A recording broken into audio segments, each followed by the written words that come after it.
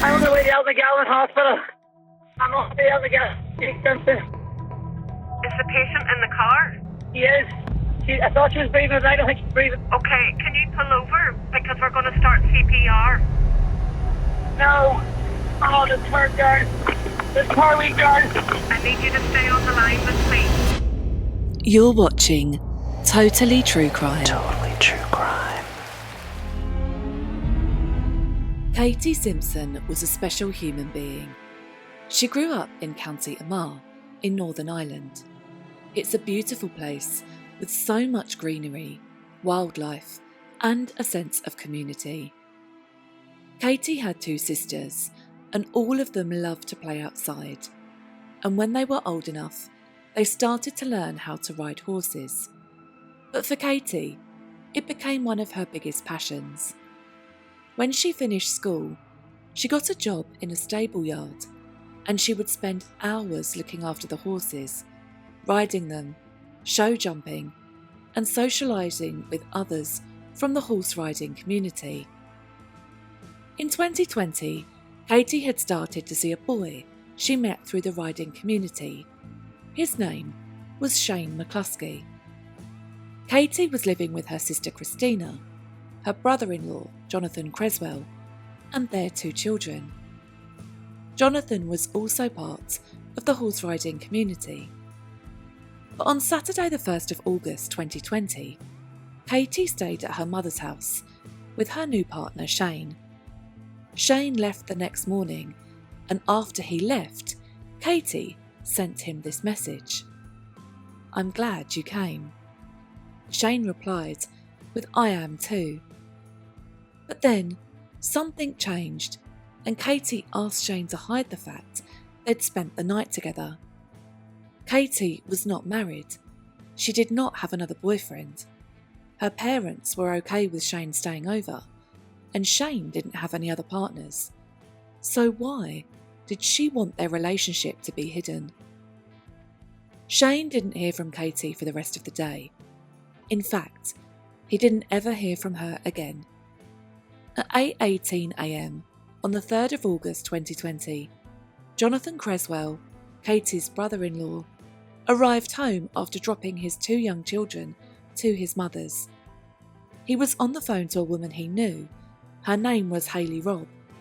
And as Jonathan walked through the front door, he screamed to Hayley that he could see Katie hanging. He told her to call 999, and she gave the operator Jonathan's phone number. By this time, he had got Katie down and was driving her to the local hospital. I'm on the way out of the Galvin Hospital. I'm on the way out of the Katie Simpson. Is the patient in the car? She is. I thought she was breathing, but I don't think she's breathing. Okay, even if you can pull over. Are you in the car at the moment? Is the car moving? I'm driving though. Okay. Yes, can you pull over? Because we're going to start CPR. No. Oh, this poor girl. This poor wee girl. I need you to stay on the line with me. How old is she? Sorry, darling. How old is she? She's only 20. The operator tells Jonathan to pull over and to start giving Katie CPR. Okay, just go 1, 2, 3, 4. Just count out loud for me, just so I know you're doing the right rhythm there. 2, 3, 4. Paramedics arrive on the scene, but when they examined Katie, they found that she had no heartbeat and she wasn't breathing. They also noticed that she was only wearing underwear on her bottom half. She was taken to the hospital and placed on life support, and it was then that her family got the devastating news that their incredible daughter and talented sister was fighting for her life. They had to hear that she'd been found hanging and tried to come to terms with that, as well as hoping and praying that Katie would recover. But she never did. Katie Simpson died 6 days after she was found, on the 9th of August 2020. She was just 21 years old. As news started to travel that Katie had died by suicide, everyone who knew her was in utter disbelief. She was loved, she had a new romance, a job she enjoyed, and a social circle of like-minded people who she adored. Suicide is often met with complete shock. We never know what internal battles people are facing, and with Katie, there had been absolutely no signs that anyone could identify that made them think she'd wanted to end her life. Katie's post-mortem revealed some injuries that weren't conducive to hanging. She had bruises on her limbs, but they were explained away by two people: Jonathan Creswell, her brother-in-law, and a woman called Rose de Montmorency Wright. Both of them said that they'd seen her fall off a horse and that those bruises were the result of the fall. But the pathologist said that the pattern of bruising didn't fit with falling from a horse. Instead, they looked like they'd been made by a rod or something similar. It was like she'd been struck. She had bruising on her thigh and she'd been bleeding from her private parts. She also had defensive wounds on her hands. The pathologist said that she could have died by hanging, but stressed the conclusion has only come from statements given by Jonathan Creswell and Hayley Robb, the woman that Jonathan was on the phone to when he found her. This conclusion was not determined from her injuries. A forensic post-mortem was also ordered and a police officer attended. The officer noted that DNA swabs were being done and they would help determine if Katie had been sexually assaulted. The officers were shocked when Katie's death was ruled as non-suspicious. As per tradition, a wake was held in Katie's mother's home, and Katie's body was placed in a coffin in her beloved riding jacket. Her niece placed a picture she'd drawn for her into the coffin, and her family and friends paid their respects. They were consumed by grief, and Katie was laid to rest. But this is not the end of Katie's story, because Katie Simpson did not die by suicide. She was murdered. Who killed Katie Simpson? The answer to that question is her brother-in-law, Jonathan Creswell. Jonathan, known to some as Johnny, was a firm pillar in the riding community, and whilst he did have a talent for horse riding, he was perceived by many as a sleaze, a creep, and arrogant. He was loud and brash, constantly drawing attention towards his outlandish behaviour. But his dark side would reveal itself frequently. The riding community was full of women and girls, and Jonathan used it as his hunting ground. He would seduce women and underage girls, often becoming violent towards them. In 2008, he met a girl called Abigail. He charmed her with his humour and thoughtful actions, though these were a facade. They struck up a relationship, which quickly turned violent. On Valentine's Day, he beat her up in his car and he threatened to kill her. His violence continued throughout his relationship with her. On one occasion, after reading a message from an old school friend on her phone, he drove her to the woods and threatened to kill her and went on to attack her for hours, just because this friend was a male. Jonathan would often choke Abigail, knowing that it terrified her. 9 months later, Abigail found the strength to go to the police, and she made a 19-page statement documenting the abuse she had received from Jonathan. The following year, Jonathan was sentenced to 6 months in prison. But upon his release, he immersed himself right back into the riding community, even getting a gig as an actor on a television advert for the Grand National.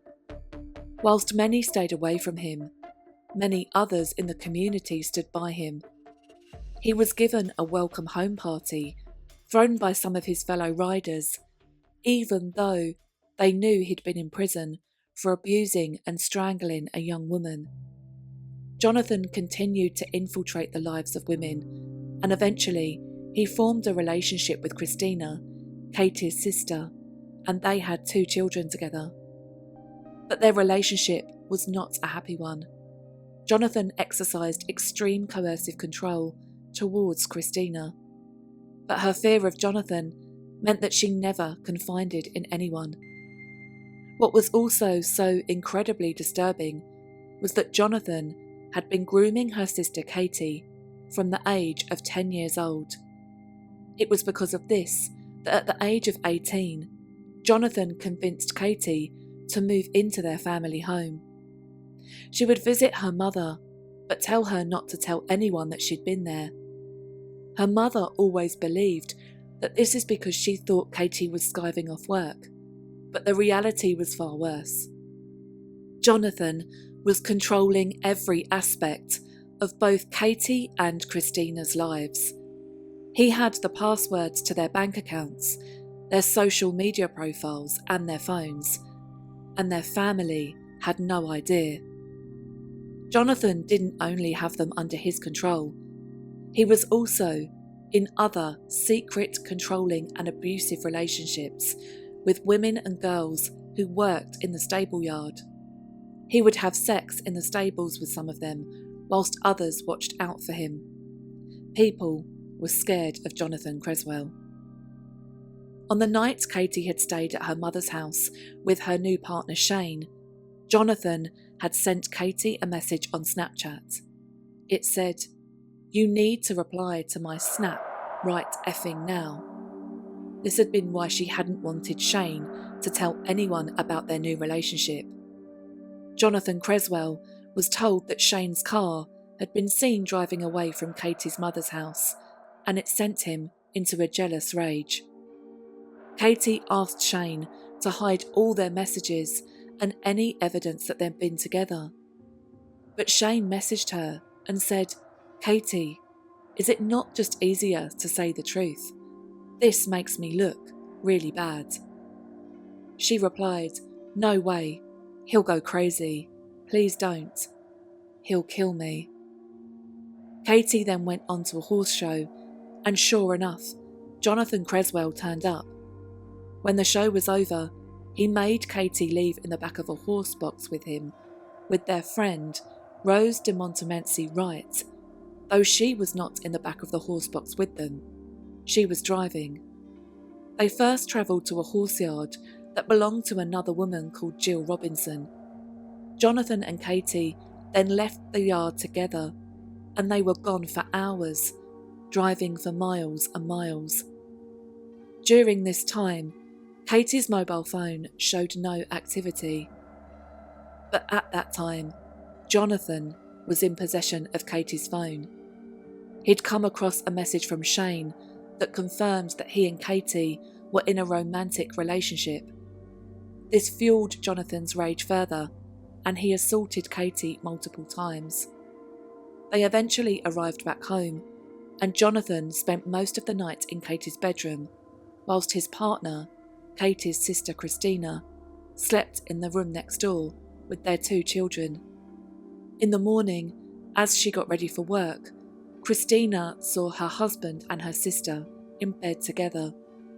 This was at 4:30 a.m, and she left for work at 6 a.m. Christina was too scared to confront her husband.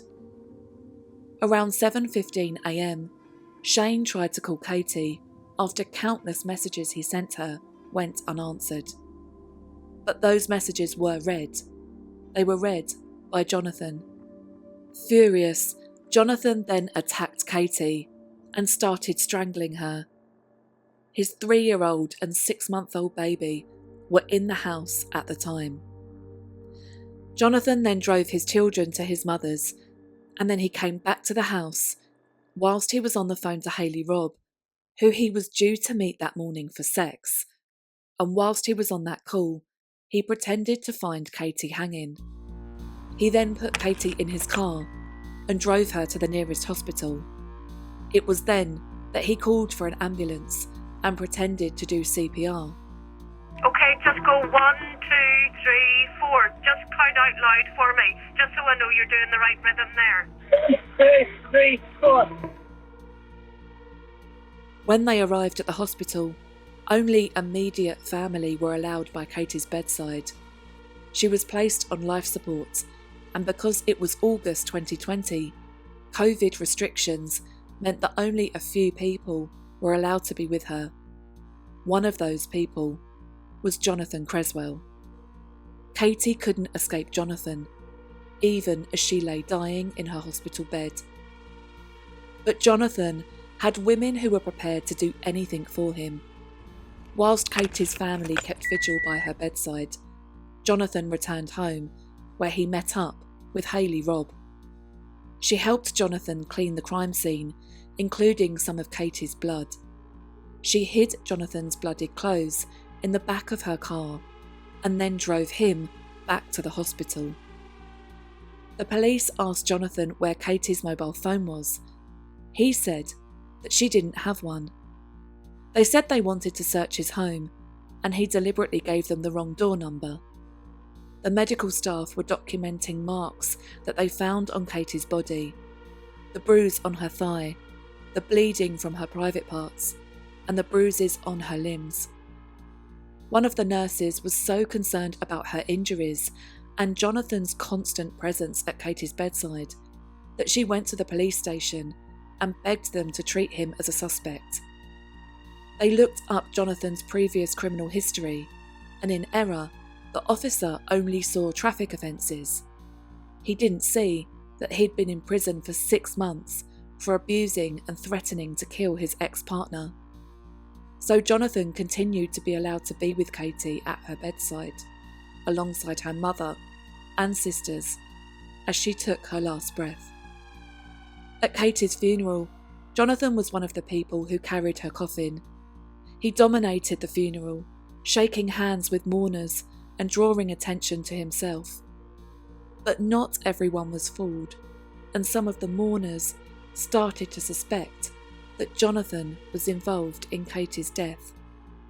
After her funeral, more and more people who knew Katie and Jonathan had time to reflect on the whole horrific situation, and they started asking questions. Katie's mother, Nolene, went to the police and said she was having serious doubts that Katie's death was a suicide, and questioned why she would take her own life, wearing so little clothes, knowing that she would be found. Police officers started to also ask questions and question the decision that had been made to rule Katie's death as non-suspicious. Their resistance by their superiors and their pleas to investigate her death went ignored. But they continued to pile the pressure onto them, and eventually they started to consider that they might have got it wrong, and they looked into Katie Simpson's death again. A few weeks later, they arrested Jonathan Creswell on suspicion of Katie Simpson's rape and murder, and he was subsequently charged. Almost instantly, he admitted to burying Katie's phone, but he did not admit to killing her. Unbelievably, this dangerous man, with previous convictions for strangling a woman, was let out on bail. Katie's loved ones couldn't believe it. But what was even more unbelievable was that Jonathan still had the support of some of the riding community. He was seen with underage teenage girls in his car whilst he was out on bail. Whilst Jonathan awaited trial, 3 women were given suspended sentences for helping him cover up Katie's murder. They were Hayley Robb, Jill Robinson, and Rose de Montmorency Wright. Jill Robinson had also covered up for him when he strangled his ex-girlfriend Abigail. Other details regarding Jonathan's abuse and control of all of these women, plus others, started to emerge. Rose had also lived with Jonathan and Christina in the past, and Jonathan often called Rose his queen. Many of these women also took out huge loans for him, including Katie. Jonathan had made Katie take out a £10,000 loan, and another woman had taken out a £15,000 loan just for him. Jonathan had even asked Katie's mother for money when they were in hospital, as her daughter lay dying on life support. Jonathan Creswell's trial started in April 2024, but the trial only lasted one day, because on the second day of his trial, Jonathan was found dead in his home. He had taken his own life. We did not do enough initially in responding to some of the concerns that were being raised. Even our systems failed to identify Cresswell's previous significant and related serious offending. In my view, this is less about individual officers' actions and more about this organisation not getting this right, and that's not acceptable. I can't apologise enough to the family for the delay in getting the right response, which happened 4 months later. Katie's mother paid tribute to her outside the court. It's heartbreaking to know the suffering that monster put Katie through. You can't imagine anyone could do such a thing, and Katie would have tried her hardest to fight back because she loved life. Not having a trial has left an overwhelming sense of injustice. It's heartbreaking to know we'll never see Katie smile again.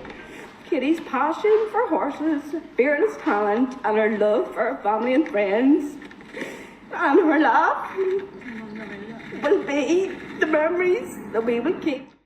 Katie Simpson will forever be remembered as a talented, loved, and incredible woman.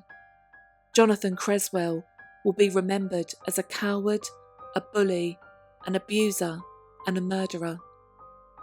If you or somebody you know is struggling with a controlling or abusive relationship, please see the description for organisations that can help offer support. If you found this video interesting, please do subscribe for more videos like these. Thank you for watching. You've been watching Totally True Crime.